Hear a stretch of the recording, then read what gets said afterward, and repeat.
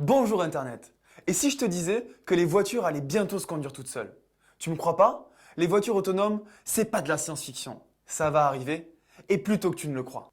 D'ailleurs, l'automatisation des voitures a déjà commencé, tu sais.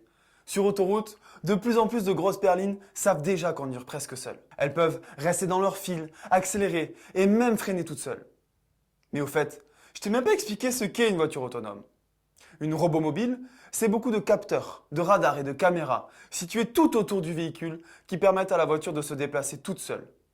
Le capteur, à l'avant par exemple, peut voir un objet jusqu'à 250 mètres. Certains radars sont même capables de classer les objets en fonction de leur nature. Piétons, voitures, rues, ils savent tout. Des caméras et un GPS amélioré permettent à la voiture de se repérer. Virage, péage, limitation de vitesse. La voiture sait tout avant même d'y être. Un ordinateur de bord, enfin, analyse les signaux collectés et prend les décisions en temps réel. Au fait, il y a 5 niveaux d'autonomie pour une voiture autonome.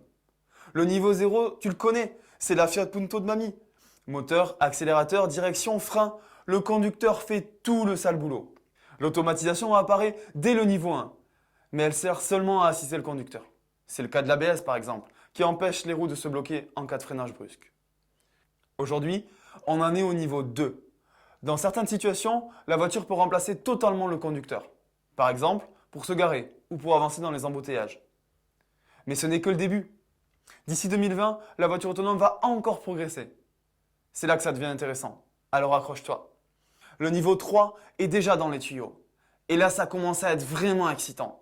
Pendant que la voiture conduit, le conducteur peut carrément faire autre chose. Regarder un film, discuter avec les autres passagers ou manger un Twix. Comme il veut. Mais attention, avec ce type de véhicule, le conducteur devra être en mesure de reprendre le contrôle rapidement si la situation le demande. Uber et Volvo se sont associés par exemple et testent déjà ces véhicules aux États-Unis. Dans le niveau 4, même plus besoin de conducteur dans la voiture. Tout le monde est passager. Il n'y aura même plus besoin de pédale et de volant. La voiture peut venir te chercher toute seule à ton cours de yoga. Les experts estiment l'arrivée de ces voitures 100% autonomes pour 2025. T'imagines? Même pas 10 ans! Pour être le premier à sortir une voiture autonome, les constructeurs, équipementiers et géants du web ne se font pas de cadeaux. Dans le monde, Tesla, Ford, General Motors, BMW, Audi, Mercedes sont sur les starting blocks. En France, PSA et Renault ont commencé leurs essais sur route et l'équipementier Valeo bouillonne d'innovation. Mais ce ne sont pas les seuls. Les géants du web, Uber, Baidu, Apple et Google, entendent bien capter ce marché grâce à leur maîtrise des technologies qui se cachent derrière les voitures autonomes. Mais attention, ne me fais pas dire ce que je n'ai pas dit. Il y a encore beaucoup de challenges à relever. La météo par exemple est un vrai casse-tête. Partant de pluie, la voiture va floue. Les gouttes tombent sur les capteurs et dévient la lumière.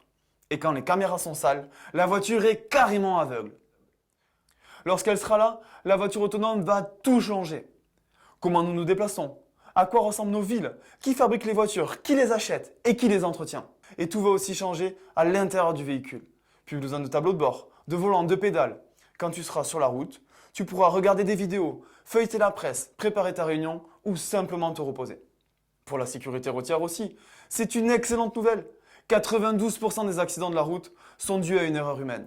La voiture autonome aura de bien meilleurs réflexes, ne regardera pas Facebook en conduisant, sera insensible à la fatigue, au stress et ne voudra pas faire la maline devant ses copines. Et puis, ça permettrait aux personnes âgées et aux personnes en situation de handicap de se déplacer sans problème. Une vraie avancée sociale.